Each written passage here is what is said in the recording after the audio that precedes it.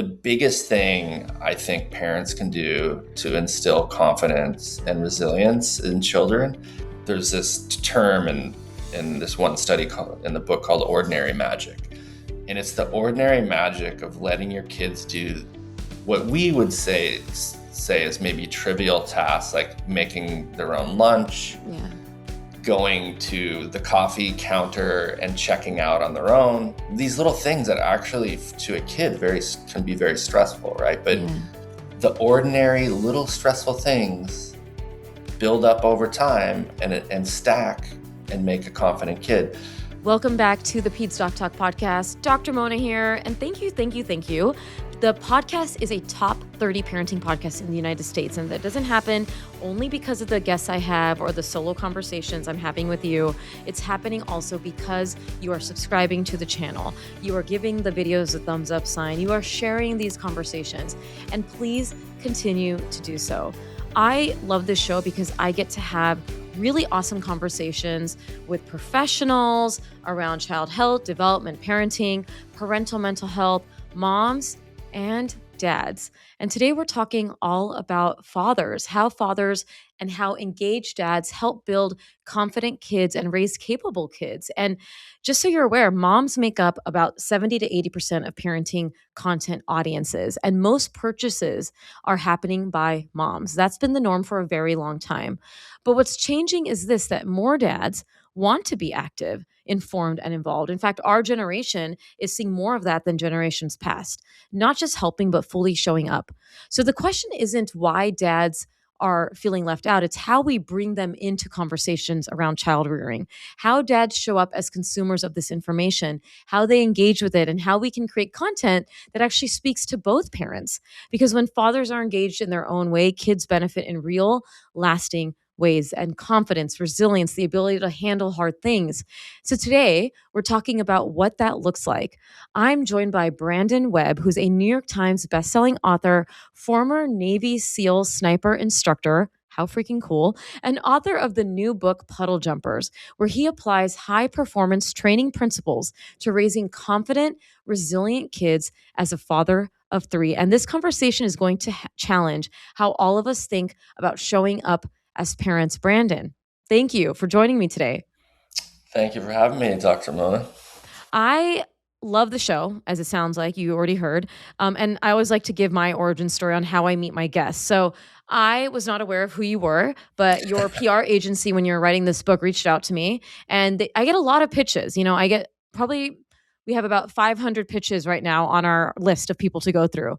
And I was like, ooh, I love this, the puddle jumper concept, the book that you have, your experience. And I said, Paul, your agent, I was like, let's make this happen. And we're making this happen. It was important for me to debut this around Father's Day as we engage fathers more. But tell me more what inspired you to write this new book, Puddle Jumpers, and a little bit more about yourself. Sure. So my quick, I'll try and make it quick, origin story. So I was born in Canada. My father is Canadian, mom is American. My parents had this dream to sail around the world. So when I was in first grade, we moved out of Canada, bought a sailboat, and my parents moved the family on the boat. So I grew up on a sailboat for 5 years with my younger sister. We sailed from Vancouver to California, grew up mostly in California, and grew up working on boats. I had this dream to be a pilot, but what happened, I ended up working on the scuba diving boat, had all this boating experience. And my family and I had done a few long sailing trips when I was younger. My dad is like, we're going to take this huge trip, sail to New Zealand. I got kicked off the boat in Tahiti. My dad threw me off the boat. We got into this huge argument and I left home at 16. So I ended up becoming a Navy SEAL. So that instance is when you pretty much last had a relationship with your father.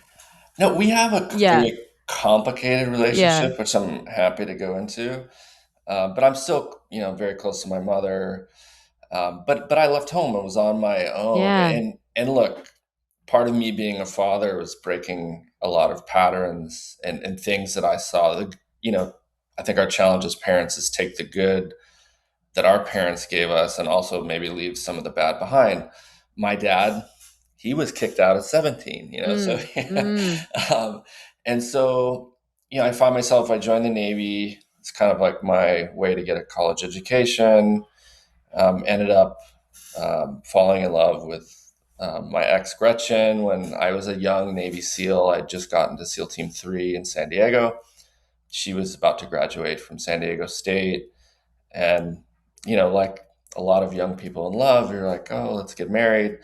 But you don't think about the future. And, yeah. we ended up divorcing, around 9 years later. But um, through people always ask, why did you divorce? Well, we just grew apart, but thankfully we divorced in counseling with a very good psychologist, this woman, Dr. Baker in La Jolla. And she said, look, I'm going to show you how to have a good divorce. And you guys obviously care about your kids. And so, we became co-parents. And I think what really locked us in on the co-parent um, commitment was just this overwhelming love for our children. And we had three Yeah. kids at this point. Um, I ended up leaving the Navy SEALs in 2006, halfway through my career, for my kids. I had this Wall Street Journal article came out recently about the book, and the commenter's like, "What does this guy know about being a dad? He's gone all the time." I was like, "No, Oh, I actually left when my oldest was 4, and was like, why aren't you coming to this event?" It hit me really hard, and so I gave up my career in 2006 to spend more time with my family. Um, how I became to write this book is, I was writing mostly as a therapeutic process, dealing with war and losing friends. And I found that writing was really something I enjoyed and was very therapeutic. So I'd written a series of books, and I was thinking, okay, what's my next project? And because my ex and I had kids very young, I was finding myself, like I went to business school late, but I was in business school and brought my son and daughter to class, who were, I think my daughter was 18 when I brought her to Boston. And inevitably, what would happen over and over after people would meet my kind of teen grown up kids is they kept asking me for advice. Like, wow, mm, your kids seem very happy. They make eye contact. They're not on their phone all the time. Like, what did you do? Like, what's the secret? yeah. And it became overwhelming over the course of like 5 or 6 years. And, and one of my friends, Kamal Ravikant, who's also an author, he's like, Brandon, you need to write a parenting book. Like, your kids are great. Like, write a book. It's going to help a lot of parents. So anyway, that's how Puddle Jumpers came to be. The title is from a story I tell in the book. When I was a young dad, my kids were taking skiing lessons in Lake Tahoe, and we're all kind of walking to the car after a long day on the mountain, very tired. And my youngest, Tyler, saw this nasty like slush puddle Uh-huh. in the parking lot, and his siblings were like egging him on. And my first reaction was, as a parent, was like, no, like, don't you dare jump in that puddle. And then I caught myself thinking about that. I'm like, why do I care? Like, Yeah. Let him I jump in the actually, puddle. Yeah. yeah, what? Well, I'm gonna like rob him of joy because Yeah. I just don't want to do a load of laundry, and that was a key moment for me in parenting, and that's where the title comes from, Puddle Mm. Jumpers. Like, I Thank want to raise puddle jumpers. I love it. I want to raise people who understand that it's okay to feel free and that we're supporting them in that. I can't wait to read it. I obviously learned about you and the book through the conversations with, emails and stuff. And now knowing a father centric book about parenting, I love it, and I can't wait to chat with you. And I mentioned Yeah, at the intro, a lot of parenting content is unintentionally or intentionally mom centered. Do you think we actually need more dad specific parenting guidance, or is it more just about how we communicate the same message in a way that resonates with both parents? And if so, what would land better with fathers to get them more engaged in this conversation around parenting and child rearing? yeah. I think the answer is yes to both your questions, but I do think, especially fathers today, they need help. Clearly they need help. I'm a Harvard Business School alumnus. I've been in YPO, which is Young Presidents Organization. So Mm-hmm. I'm around these high performing, men and women, but a lot of fathers that are what I would consider, the breadwinners of the family, right? They're out in the career world, but they're clearly finding themselves strangers in their own house because Mm-hmm. they're not present.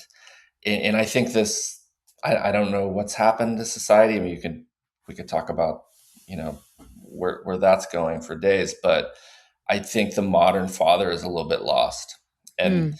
they're maybe have this traditional. And here's the thing: when you have a kid, it's probably one of the most important things you're going to do in your life, and Absolutely.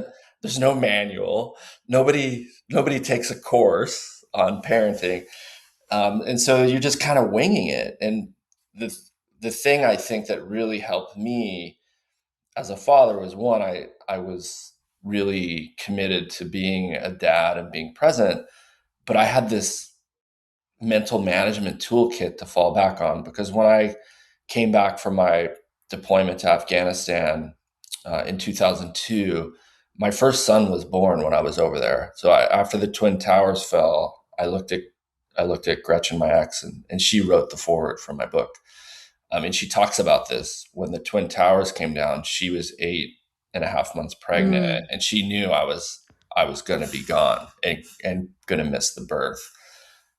And so, yeah, we had Jackson when I was in Afghanistan. I came back to a 5-month-old boy, and I was going to take a break. I was going to go on in the Navy, we call it a shore rotation, where it's a chance to kind of slow down, and I would be a SEAL instructor.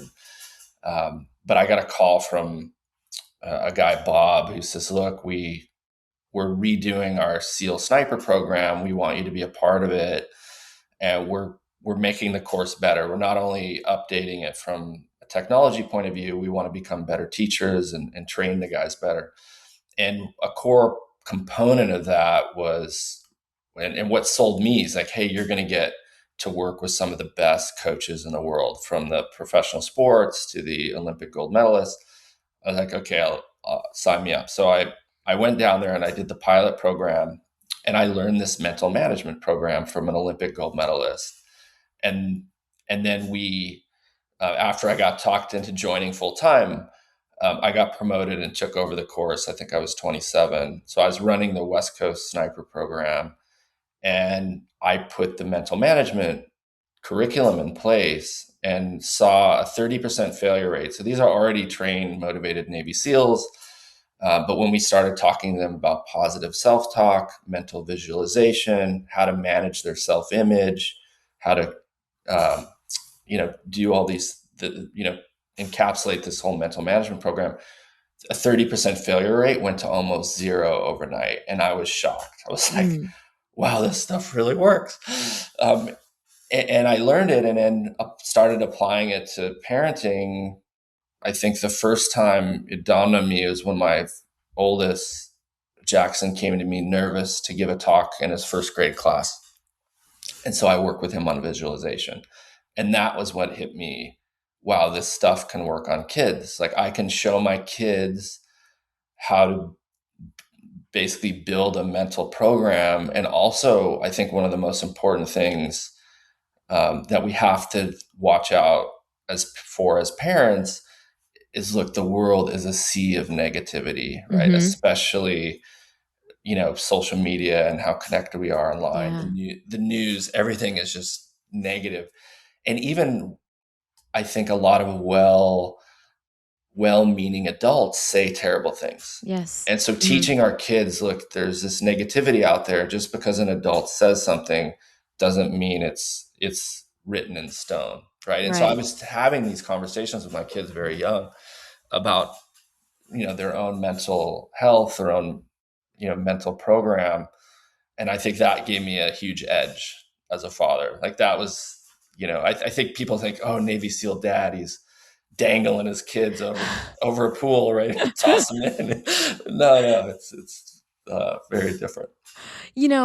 Going back to what you had mentioned, and we're like, oh, we can get into that, and I want to get into it. Why that question I had for you about why we think things are more mom centered and how we get more dads activated. And I have a husband who is amazing, but it took him a long time in this journey to become amazing. And I have some theories, and I'm curious if you would add to these theories or agree with them. So I think there's a few things you already mentioned, like a little bit about how you were raised and that cycle, right? Like your dad was kicked out young, so you were kicked out young. Whether that's connected, who knows? But a lot of fathers grew up with emotionally distant or absent dads, right? So they lack a model of what involved fatherhood could look like.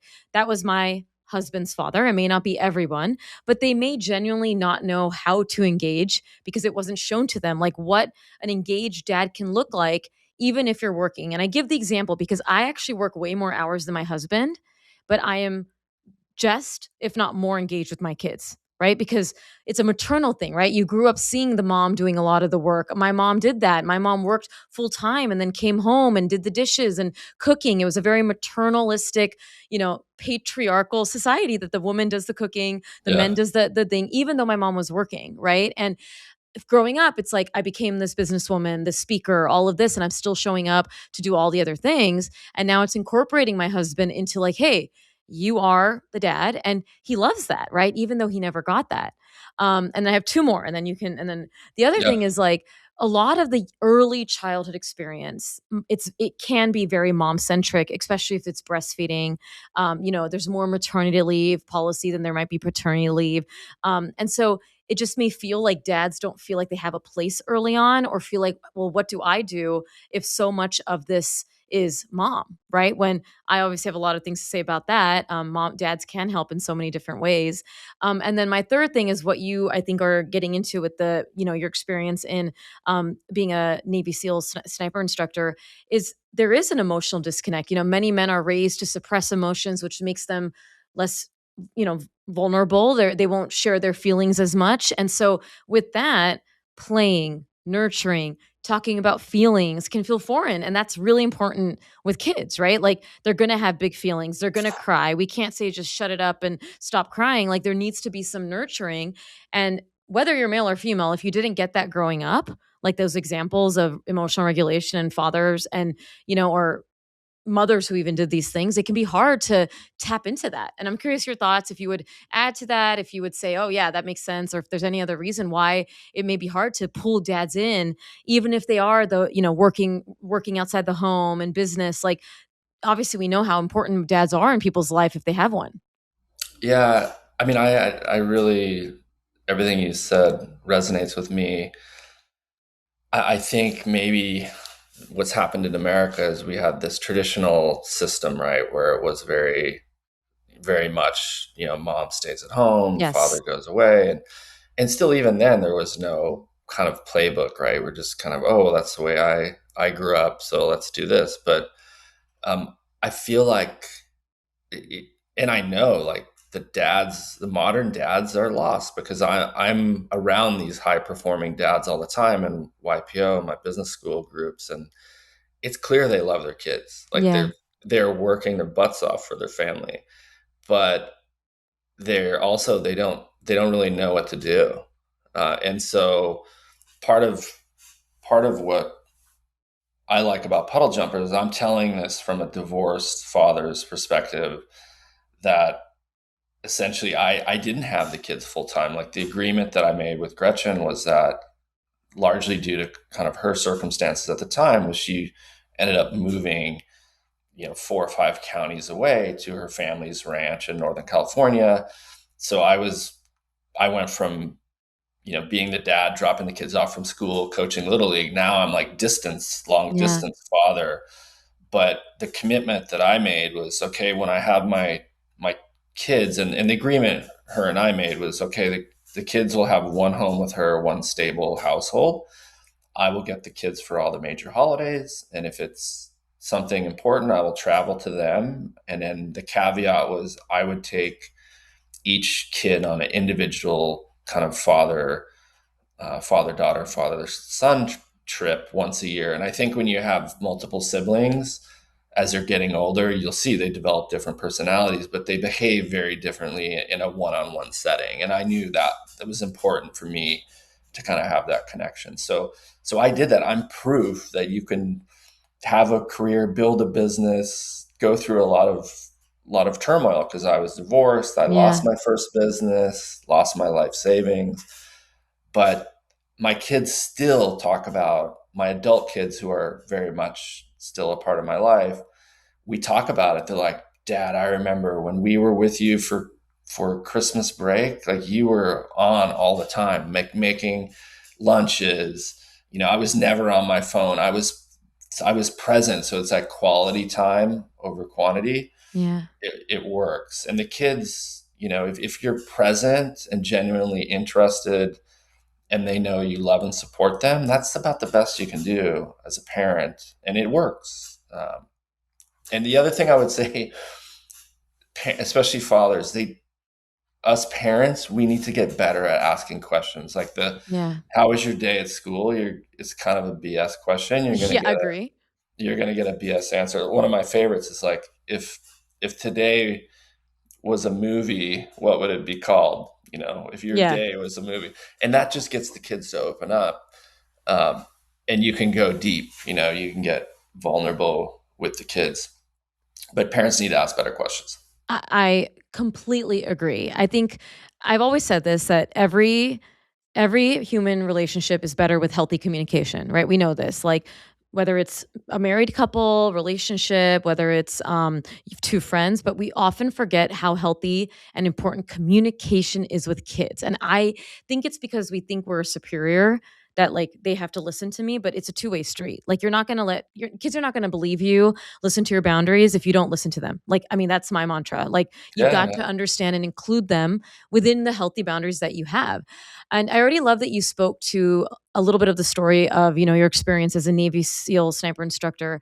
I love how our past shape our present, especially in parenting. So for me, it was my expertise in conflict resolution and de-escalation as an assistant resident director and resident assistant in college. Like this was really important to me. I spent 2 years plus, I'm sorry, 3 years plus another year doing a lot of this. And I think that really has helped me as a parent, obviously knowing how to de-escalate conflict resolution. So you come from a background, obviously, as a Navy SEAL sniper instructor, training people to perform under pressure. You mentioned that. And now you're applying that to parenting. How do you feel like that experience has changed how you've shown up differently for your kids? And where do you see that biggest impact on their confidence and resilience in terms of all that you've learned? Yeah, I think they had an edge because I was teaching them, these core principles of mental management, emotional Yeah. regulation very early, and giving them stuff to read. To your point on communication, I think generally parents don't give kids enough credit because they're Mhm. very smart. They listen, they're sponges. I was giving them very advanced books to read at 10, 11, 12 years old. So I think they had a definite advantage there. One of the things when I set out to write Puddle Jumpers, I asked my kids several questions, and one of them was, "What do you really appreciate about me as your father, and what do you remember? What do you or what would you change or tell me to do differently as your father going back?" Interesting enough, my daughter said, she's like, "You were our hero," because I always try to model good behavior. But Yeah. the one thing I wish I had have done, which she pointed out, she's like, I just wish you had have told me more stories about your own personal challenges and failures, Mm, because mm, then she said I would have felt like it was safer and more okay to kind of try things and fail and yeah. know that that's part of the journey. And I was like, wow, um, powerful stuff. The other thing she said was, she told a story when she was visiting me when she was in undergrad at Goldsmiths in London. She's like, yeah, I remember visiting you in Lisbon, and I broke a dish, and I felt like I was this 5-year-old girl again and so embarrassed. And I looked up, and you just looked at me and said, "What? It's just a dish. We can get another one. What's important is you and your health."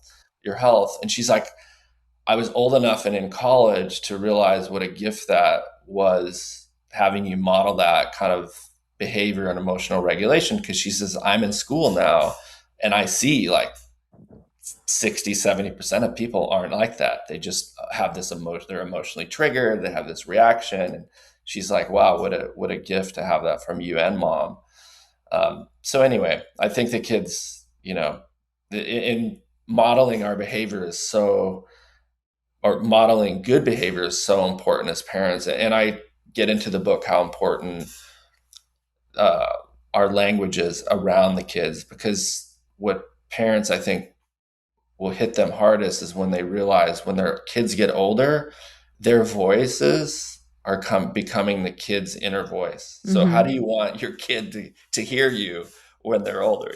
And you want it to be positive or negative. So I think that's an important reminder to parents also. Like the language we use around our kids is extremely important, and how this shows up in the kind of professional sports and high performance arena like the SEAL snipers is, if I'm teaching somebody, a new sniper, something new, and I see they're making a mistake, I'm not going to verbalize that mistake, because I know that that's programming a beginner for failure. Like I'm Yeah. putting bad habits in their head, right? And a common one on the sniper, people on learning how to shoot high powered rifles, sometimes they develop a flinch. So they're like Mm. flinching and anticipating right before they pull the trigger, they're flinching and it throws the bullet off target. If I tell a student, stop flinching, what are they thinking about right now? It's like, oh, and then the person next to them hears it and says, oh, am I flinching? So little things like that, just changing. If you see a kid is screaming, you don't want to say stop screaming or stop Yes. yelling. Just like the little things like that. And it may seem so trivial, but if you just say, hey guys, can you just quiet down? Like that puts a very different picture in someone's head than a parent screaming, stop yelling. And it adds up over time, right? This, years and years of certain language can go a good way or a bad way. So I think that's super important.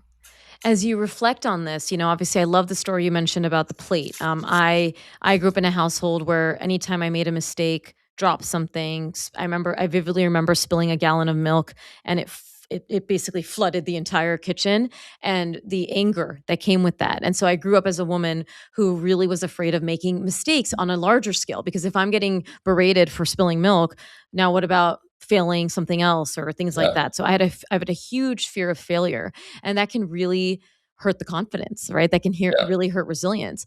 Looking back, whether it's your grown children telling you, or maybe yourself and what you've learned, um, how have, besides guiding them on mistakes, besides speaking to them as they're as they should be spoken to, what else do you think has really helped them build confidence? And let's even focus on that resilience, like to Yeah. handle hard things and to know that hard things are not forever. What do you feel like that was, the golden ticket to get there?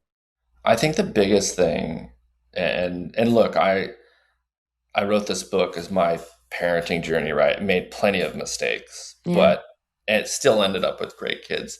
The the biggest thing I think parents can do to instill confidence and resilience in children is, and I reference a study and several studies in the book, but there's this term in this one study in the book called ordinary magic. And it's the ordinary magic of letting your kids do what we would say is maybe trivial tasks, like making their own lunch, Yeah.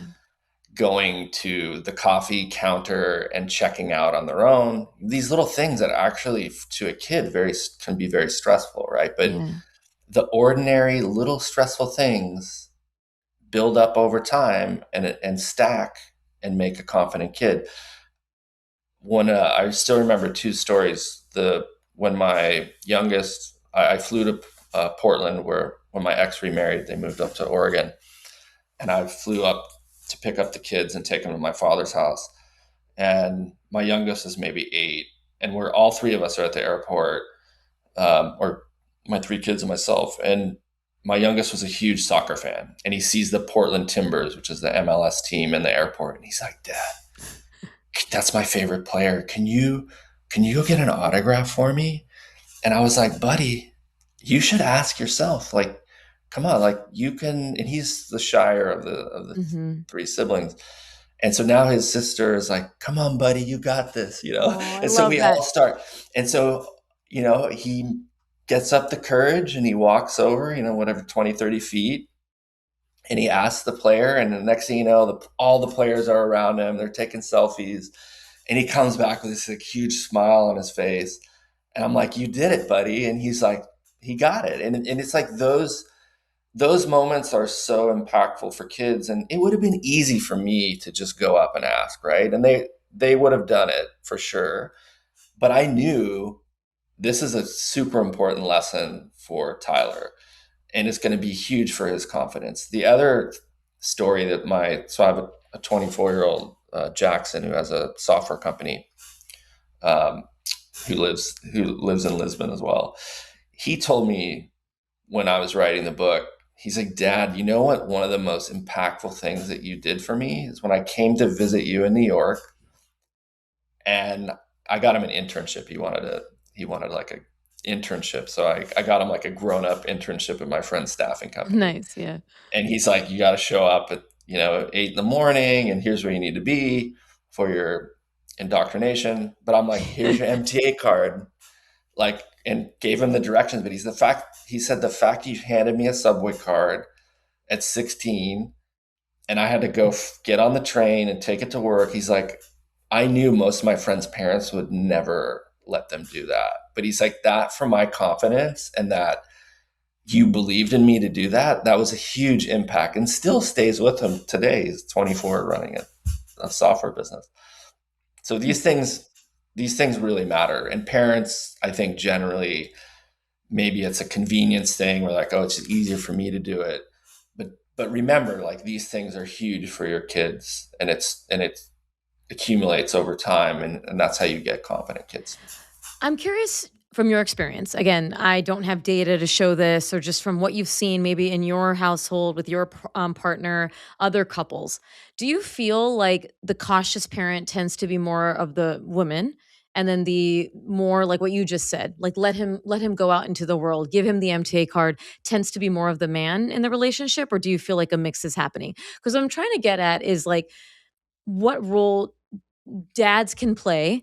And this could just be personality too. Like I'm less risk averse than my husband. But I'm just curious what you've seen, and if you even talk about that in the book on how dads themselves can play that role versus maybe a mom can do. Yeah, you probably, and I don't have the data on this too, but I think you're probably onto something where the mother generally tends to overprotect, and the father is like, "Come on, let's go." Yeah. So I think that's a good, probably an accurate stereotype. I do think things are changing. There's, Yes. like you said, like you work more hours than your husband, so the roles are changing. I think the biggest thing is in parenting is making sure that you're on the same page, and that's Hmm. regardless of whether you're married or divorced or co-parenting like I was. But the one thing I did make sure, like, we were always on the same page, a united front. And there were times where I didn't agree, but I'm like, okay, I'm going with her on this. And a few cases where we over punish, like we tell a story of this situation where my oldest had his ex-girlfriend left town, left him like a bag of pot. And he's like, well, I don't do drugs, but my younger sister, she's with all the cool kids, so maybe I'll get her to sell it. Like, these are like two 4.3 GPA kids in speech and debate. Like, and so that I'm like, what are you thinking? Right. So their mom finds this weed in Madison's backpack, and it was like this huge family drama. And we we uncover that it's actually Jackson, our oldest. Like, he's the plot master, right? So we're like, what are you thinking? Dude? Like, you're gonna ruin your whole all this hard work you put into school is gonna be for nothing, right? Uh, but anyway, she's like, we got to take away prom. I know how much he wants to go to junior prom. We need to, Mm. that was you know, that was what she wanted. And I was like, I don't, I think it's too much. And she's like, nope, we're doing it. So what ended up happening was Jackson, he went to prom anyway. And Yeah.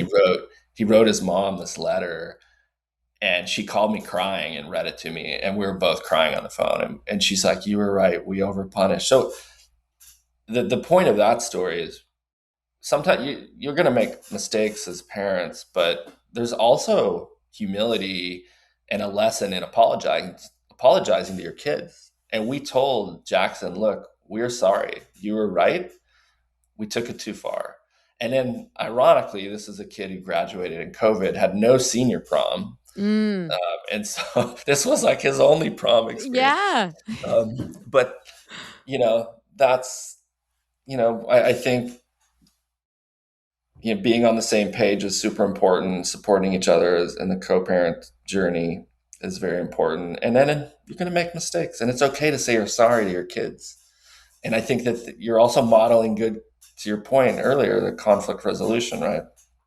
Yeah, I think the United Front is so valuable. It's my dream as a pediatrician when I'm in an office, especially by the way in a co-parenting situation, because that is tends to be where things start to divide a lot more because now there's separation of homes. And I'm always trying to, as a pediatrician, we joke that we're not just a pediatrician, we're a social worker, a therapist, like a marriage counselor, trying to get everyone on the same page because for the benefit of everybody. Not just I mean, let's be honest, not even for the child. It doesn't feel good to be in a constant this with someone, whether you're with them or not. Like it's Yeah, just not something that's fun. And I wanted to go back to the story that you were mentioning about your son, going up to the soccer players. And I love that story. And I feel the same way. And my son is 6 at the time of this recording. And one thing that I'm teaching him, which I think is so valuable, is asking for what you want in life, even yeah, at restaurants, right? Like, and sometimes it takes him longer. And sometimes the waitress is kind of annoyed, right? And yeah. I'm like, I don't care. Like, I want you to learn how to speak to another human being because I think It's that's an great. important skill. And my son is also very shy. So it doesn't mean that I force him and say, well, you're not going to eat if you don't order.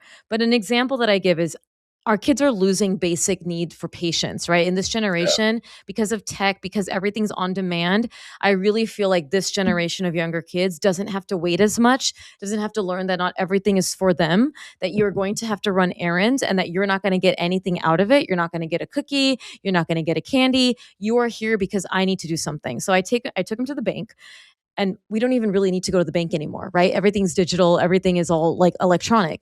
But he has a piggy bank and he wanted coins for his piggy bank and money for his piggy bank. And I said, sweetie, if you want coins for your piggy bank, you have to ask the teller.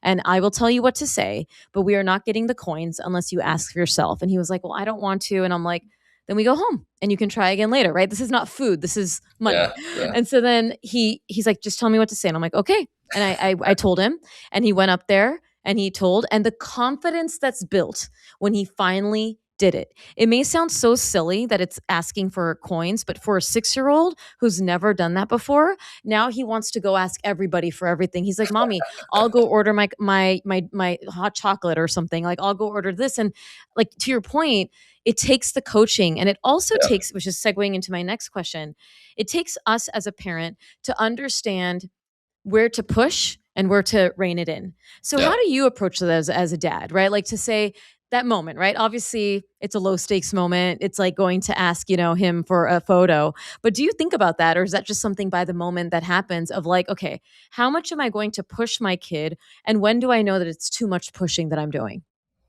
Yeah, I mean it's a good question. I think in in your example with the bank teller, right? Like that's a low stakes Right. situation. It's not life or death, right? And Right. this the same with the autograph. It's not life or death, but I knew, having had the experience of raising his older siblings, that this is a crucial moment. And so I think our job as parents is to find these moments. Even for me, I'm always trying to look for positive in a negative outcome, and I think that that's kind of shaped my thinking. Like, okay, how can we learn from this situation? Whether it's a canceled flight, people losing their minds at the airport, and I would use these opportunities. Like, look, kids, like you see these people like going crazy. Like this is not worth getting upset. It's out of our control, and taking this opportunity to kind of use those opportunities as teaching points. I think that's our job as parents. But you see how such a little thing as asking someone for change, it's now like he has this breakthrough and he's Yeah. like not afraid to go ask people. And that's great. And that's the power of these little ordinary things. And I've seen these successful parents in, when I was living in New York, and they shield their kids. They don't allow their kids. I was reading somewhere in the New York Times the other day where it was like this finance guy had bought a farm in upstate New York, and he was just like, cashed out and living the dream. And he's like, the worst thing he said was when the summer comes around, these parents start calling him to see if there are jobs for their 18-year-old, 19-year-old kids. And he's like, Mm. how embarrassing. Like, I would never hire a kid that with a parent like that because Yeah. they have zero work ethic. Like, this kid can't even pick up the phone and call me and see if we're hiring for the summer farm jobs. So I think I've seen it. Like, and parents are well meaning, but they're not, they're robbing their kids of these like everyday things, which is what is going to make a confident kid when they become an adult. So I did want to read something Oh, I love it. to you. So this is so my daughter. I talk about in the book when your kids grow up and leave home, like how do you create this connection? And I call it the forever family. And I've worked really hard at making my kids like instilling these traditions. So we still go on vacation every summer together. We still do a ski trip Amazing. together. Yeah. And they're asking me like, Dad, let's go to Japan on a ski trip. I'm like, well, that's a little pricey. But the point is, my adult kids are my friends, and it's such an amazing thing to have this friendship with your child who's an adult. And so recently, my daughter came from London. She's at the Royal College of Art with her one of her best friends who's also at the same program, and I hosted them for 2 weeks. And I was up early, like making matcha for them, Nice. scheduling the nail appointments, the hair, everything. And then when they left, she wrote me this card, which I'll read to you. I love it. And I posted this on Substack too. But she says, um, let's blow it up. Oh, I can read it. She says, Dad, friend, master matcha maker, yoga buddy, etc. Because we do yoga together when she comes. You've created a home in Lisbon, and how lucky am I that you've been making a home in places all around the world my whole life. Jealous you get to live out Mm. the New York experience soon. You always go above and beyond to support me. The older I get, the more I see and appreciate it. Thank you for Mm. helping me live out my dreams in London. I'm so happy and passionate about what I do and study, and I owe that privilege to you. Thank you for always welcoming my friends and treating them like family. You've taught me to find good people. I love you so much. Thanks for letting us hang. You're the coolest. Oh, Love, love Maddie. But that's a 22-year-old yeah. daughter writing that. And to me, I was like, that's the return on investment, right? When Yes, you yes. when you put your effort into this, you get happy, confident kids, and Yeah. they're going to keep coming back to you if you do your job right. So I just thought Yeah. that was a winner. I needed to read that one. What a winner. I mean, the I, there's a quote that goes around that the true test of parenting is how your kids want to be around you when they don't need you for anything. Like, Yeah, when they grow up as adults and they don't need you for bills or anything like that, and the impact you make on their life, showing up, challenging them, it does matter. And I can say this as someone who has young kids because I not only know the research, but I also take care of older children, right? As being a pediatrician, I run the gamut of a newborn to a 21-year yeah, old. And then I'm very curious. I'm always like talking to people like yourself. Like, what is it that you think matters when you have grown children? And I love this sort of letting. I had another conversation with a pediatrician who has like 7 children. The oldest is in his 30s. The youngest is 16. And similar concept of like letting the little things go and just pushing them where they need to be pushed. And I think yeah, to your point, and I know we're talking about fathers and their involvement. There was a video that went around where a dad was doing that right? Like dad was doing what we're describing, right? Pushing his child and making his child understand that it's okay to be afraid and that he could handle something. And everyone was applauding the dad. And I said, "Awesome, dad. This is so great." But for all the moms watching, don't forget that you can do that too. And I said that because I think, like you said, I think the tides are turning. Dads play an incredible role in so many ways, right? Like I think the rough housing. Like I Yeah, don't rough house with my kids. I think that's a very man thing to do, to rough yeah, house. yeah, And I don't know, did you rough house a lot with your kids? yeah, for Like sure. like, my husband was a WWE fan, so he's, like, power bombing my kids on the couch. I'm afraid that I'm gonna hurt them because I'm not strong enough, even though I'm pretty strong, but that's such a dad special thing, right? Like, Yeah, the yeah, roughhousing. It's like biologically, males like to roughhouse, whether it's with their daughter, with their son.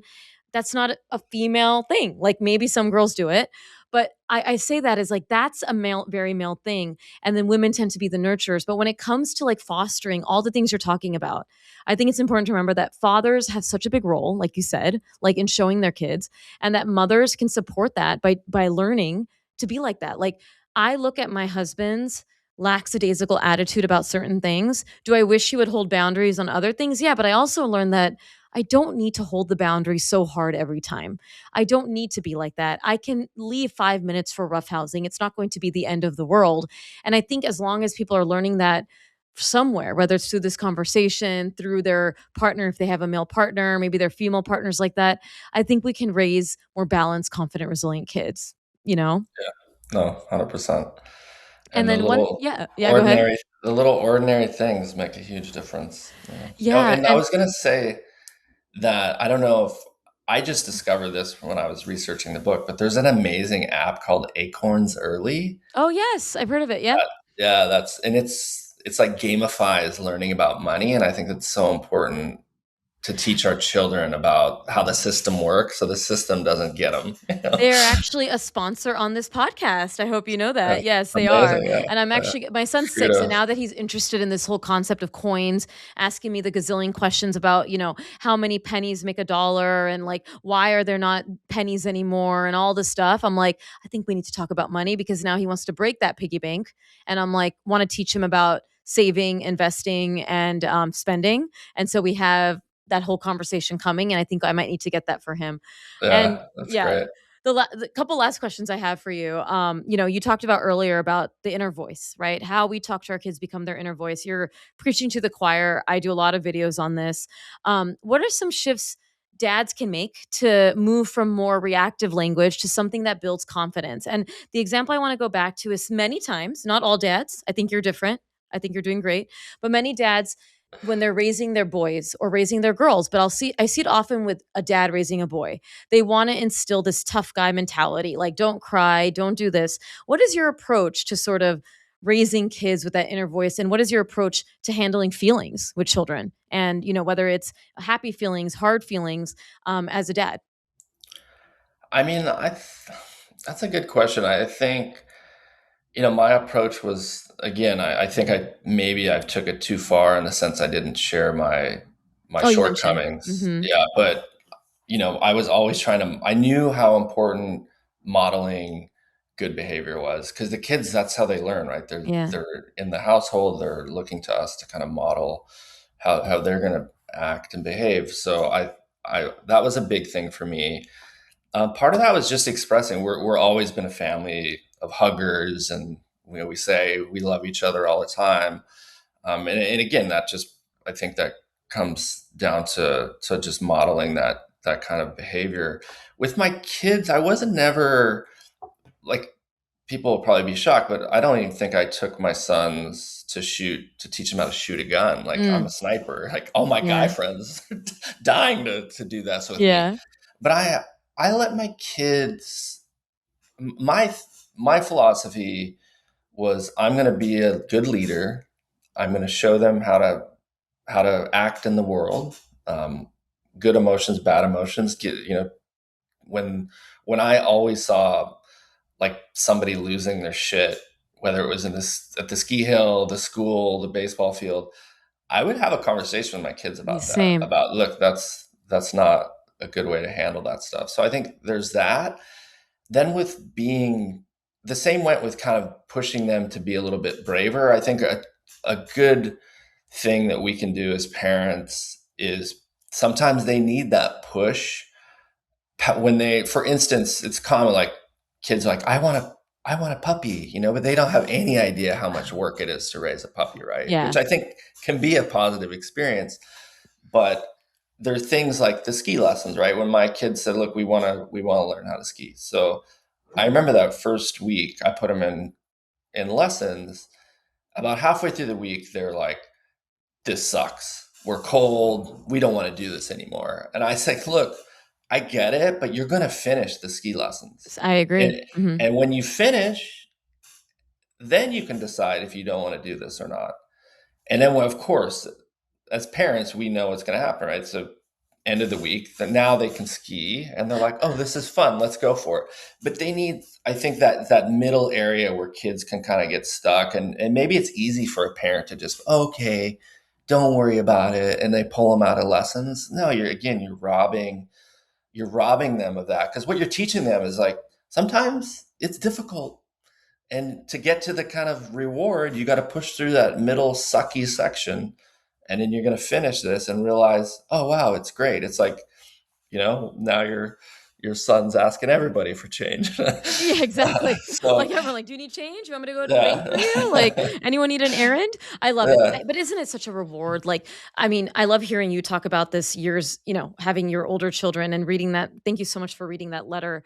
I I get that in smaller ways, in different ways now, having smaller children, in the things that my son says back to me in a kind way and like the way he shows the world, right? Like, again, you mentioned beautifully like how important modeling is, not only the modeling of emotional regulation, the modeling of healthy communication, but the modeling of how we speak to others. And what you did beautifully, which I always talk about, how you talked about someone getting angry in public and having a conversation with that, for all of our listeners, doing that so young, like I even when I had a toddler, like my son was little and there would be a baby or toddler crying in the store, right?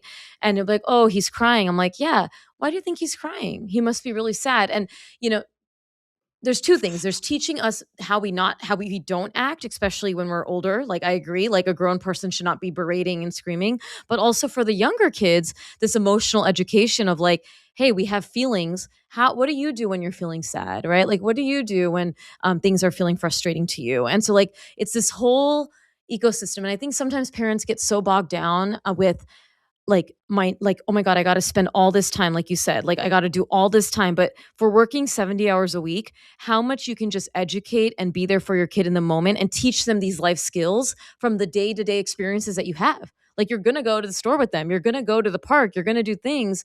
It doesn't have to be, I agree with you, like all day every day with your kid. My kids are learning so much valuable skills from me, their mother, and their father, who both work full time. And it's yeah, that, again, it's that a willingness, I think, to like want to show up and teach your kid about the world. And that requires you to understanding like what you want to teach them, like where your values are. And I love this yeah. conversation so much. And I think especially as the children get older, and it really happens, I would say, to me around sophomore year in high school, where your kids realize they're not kids anymore. Hmm. And I think the parents need to realize that they're less of a dictator and they have to be more of like a counselor. Yeah. And that's a very interesting role shift. But, you can either continue to kind of, enforce your way and realize that maybe your kids are going to get pushed away. And because I was on a panel the other day, and a parent asked me, he's like, our 16-year-old is about to turn 17. He's obsessed with joining the military and he needs our permission to sign up early. And he's like done the research. He's like, clearly this kid is super passionate. Whether or not that's a good idea or not, that's beyond the point. But my thing as a parent, um, I would always try and support when the kids, expose them to as many different things as possible. When they find something that lights them up, support that in a Yeah. healthy way, and support them, and let them, sometimes they need to come to the conclusion on their own Hmm. that this was a bad idea. But this dad was basically trying to ask me, how do I talk my kid out of this? Because my kid doesn't feel supported. And I was like, of course he doesn't feel supported, because you're not fucking supporting him. Exactly. Like, I was like, Where do you think it's going to come from? Right. yeah. And I was like, you're just trying to talk him out of it rather than say, look, and I said, look, there could be worse outcomes. Your kid is doing good in school. He wants to go join the military. I said, look, it happened to me. Like, I needed direction. Like, I tell you, if you're worried about your kid finding a direction, going in the military, he's going to figure it out really quickly. Fast. you know, but I think regardless of what my what the kids get excited about career wise, education wise, our goal is, we can kind of nudge them softly, but if they're dead set on that, my philosophy was always support them to the max. And that Yeah. shows in the letter I just read, because my daughter, I've always supported her, because she's calling me. Yeah. She's like, Dad, I want to do this. I'm like, look, if that's what you want to do, we'll figure out a way. Let's do it. Yeah. And as dads, I would speak to, when you have daughters, especially, I remember reading this somewhere. It says the way you treat your daughter is how she's going to like look to be treated in her Mhm. relationships. And I was Mhm. like, oh my God. Okay. Now my daughter, yeah. 1000%. So my daughter's coming to New York. We're going to get mani pedis together. We're going to do this. I'm getting her flowers. But the one thing I did do is really try and my kids would all say this, but with my daughter especially, surround her with amazing women. Like, I Yeah. went out of my way, and was fortunate enough living in a city like New York at the time to find the head of Macmillan Publishing, Sally, and have a lunch with her and my 12-year-old daughter, and just expose her to these amazing women who are out in the world doing things. That was something I think really helped Madison on her journey, because she is extremely competent. Um, and it's a great feeling as I a love dad. it. And parents ask me this question quite often too. They say, well, what do I do about the phone, about this, and about all these things that are entering their kids' lives? It's like, the best thing you can do as a parent is raise your kids to make good decisions, because then you don't have to worry about the million of variables out there. They're You've raised good decision makers. They're going to figure it out. Maybe they're not going to get every call right, but they're generally going to be okay in the world. And that's the best thing you can do as a Yeah. parent, because you can't control everything. Yes, yes, that control aspect. And that's something that was a huge realization for me. I have control tendencies. I have, I have anxiety. I want to, part of that is because I have control tendencies. It comes together, right? And I appreciate this. And so for, our listeners, especially to our dads, because I love that I'm releasing this around Father's Day. A lot of my listeners are moms who have male partners. So make sure you send this to your spouses if you have a male partner. For all the dads listening, what would be your final uplifting message to them on how they can better show up for their kids, to raise more confidence children in their lives? I would say for dads, just being present, Mhm. putting down and being present, not, being in the same room with your kid and answering work emails on your cell phone, right? I'm talking, put the phone away and just be present, no matter what age. Be present, even if it's just rolling around on the floor with your Yeah. toddler. That makes a huge difference. And ask better questions, because even I was on a father son trip with my 19-year-old Tyler. He wanted to come to New York, and he's super sporty, so he's like, let's go see Wemby play the Brooklyn Nets. So I brought him to New York on our father son trip. This is back in March. Um, and we went to dinner, and I prepared two questions for him for dinner. I was like, what's one thing that is a, is you're feeling a lot of pressure on that your mom and I don't realize? Second question was, what is one thing that you're doing at college that you think may be a waste of your time? These two questions was 4 hours worth of deep Wow. conversation. Yeah. His answer to the first one surprised me, because he says, Dad, my girlfriend's parents, my friend's parents, they all put pressure on me because they compare me to you as a Navy SEAL. And they're always asking Mm, me, are you going to be a Navy SEAL like your dad? And I'm like, so we had this whole conversation about what I was, wanted for him in his life was just to do you, dude. Like, be you, and don't let any adult who's dealing with their own issues project their bullshit on you. You do what you do, because that's all I want as your father, and your mom wants the same, is you to be happy and find your thing. So don't don't worry about the noise of these adults, because you see that too. It's what I call kind of like the well-meaning adults that say bad things, right? Yeah. They don't even realize it. Yeah, because they And have not had this reflection that myself and you could have had, that, hey, maybe we don't say these things. Yeah. yeah, and the second answer was, he said, I'm being peer pressured to go to parties and I'm drinking too much beer. And so we had a whole conversation about peer pressure, because he's like, Hmm. yeah, I don't even like drinking. I just want to get up and do my studies. And so, yeah, I mean, but those two questions alone, 4 hours of dinner conversation, and we went deep. Amazing. Oh, So ask I better questions, I love mom it. and dad. Ask better questions and be present. Here. I mean, obviously, this is so directed to dads, being from your dad perspective, but of course, I can say this as a mom. Those matter so much, and the presence and the removal of the phone, having a job that can take me away if I don't watch out for that, is extremely important, right? Like, my entire business is online, right? Yeah, Social media, information. It is requiring me consciously and intentfully to be like, I do not want this to be in the room with my children right now.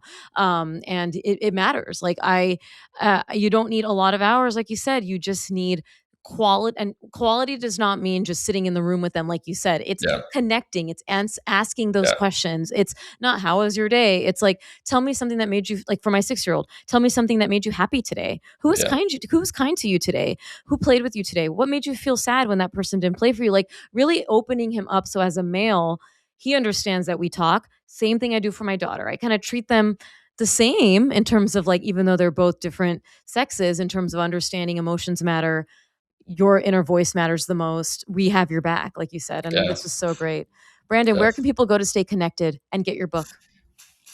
Just my author site, brandontylerwebb.com. I have my Substack on there, all my social media, and the book is on there as well. So Amazing. this will be a book that dads will want to read. I guarantee you that. I love it. I love it. I am so grateful. I do ask one last question to all of my guests. That is, whatever you want to say. Has nothing. It doesn't have to do with the book, but what is making you so happy right now in your life?